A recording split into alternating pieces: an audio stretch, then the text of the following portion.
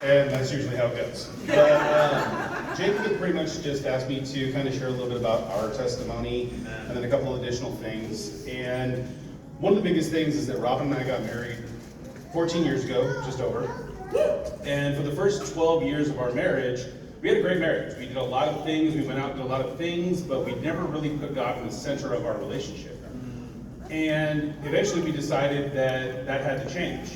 And the moment that we did, everything changed. So, we started going to church.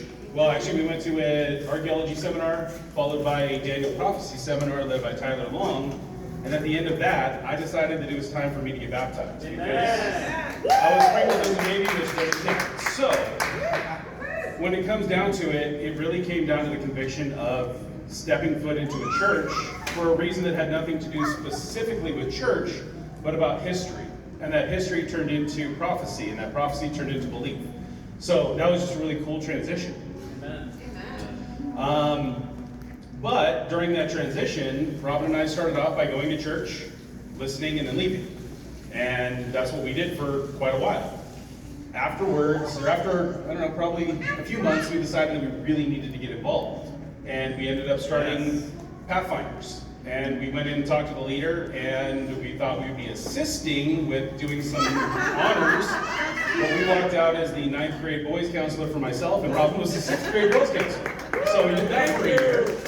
But shortly after that, we also got asked to help out with the second Sabbath breakfast by Lauren and Diane Mahiri, and we ended up doing that. And then shortly after that, we met Jacob. And a little bit after that, he decided to ask us if we wanted to join the core team. Let's go! And he was shocked when Robin and I looked at each other, looked back at him and said yes. Because he was kind of nervous that we were going to disappear.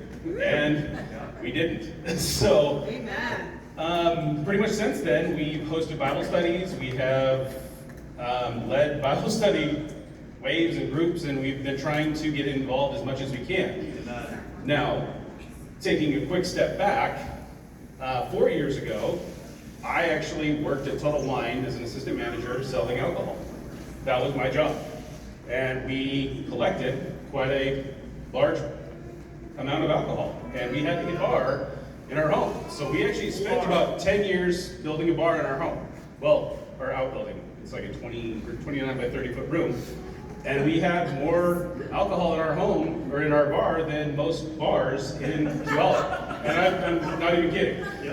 And one weekend, we were just talking, and we decided that if we're going to be hosting Bible studies in our home and inviting people into our home, it doesn't make sense for us to make people feel uncomfortable or make them not want to be there because of the things that are on the wall or whatever it is. So, after we decided that, the following weekend, we took down every alcohol sign, which was over 150 signs, from our ceiling, from the walls, from everything. We also took all of the alcohol off of our shelves, put it in our back room, and we're working on, obviously, offloading all of that. And we turned it into a game room where people can feel welcome being there. And we've hosted, at least 100 Bible studies since then. And we've just been able to help people connect to God in a place that we used to do whiskey tastings. So when you ask God to change you, He does.